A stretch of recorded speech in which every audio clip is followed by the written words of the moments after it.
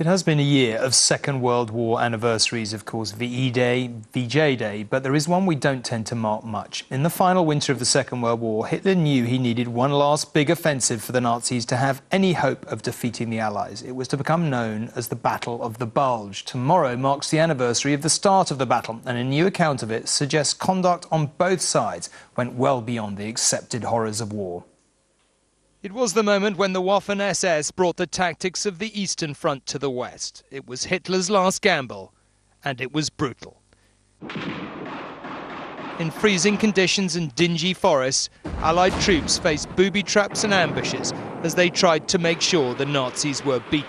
The reality famously brought to life for modern audiences by the TV series Band of Brothers. It is sometimes a forgotten battle. It's easy to see why. Hitler had ordered his generals to create the shock and awe of brutality by the killing of prisoners, the killing of Belgian civilians. It was the savagery of the Eastern Front which came to the West. They, by killing American prisoners, actually set off a huge revenge amongst the Americans. I mean, the Americans were killing German prisoners on a scale never known before on the western side of the war. The German offensive was designed to catch us off guard. The plan to push deep into Allied-held territory and drive a wedge between the Allied forces stretching as far as Brussels and Antwerp.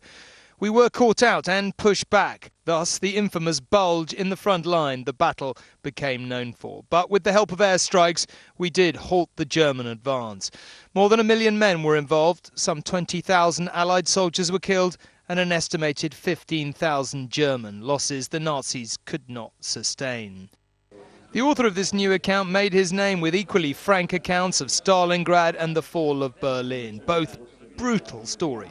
The fascination, if you like, is partly a fascination with evil, of trying to understand human nature. I mean, I've learnt a lot of things about the way that actually fear lies at the origin of violence.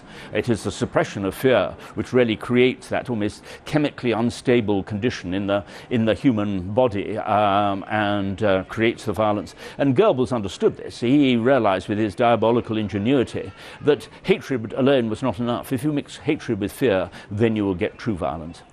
We talked on this programme last night about the compromises of the war on terror. The more troubling question, perhaps, is it possible to fight a war without the compromises?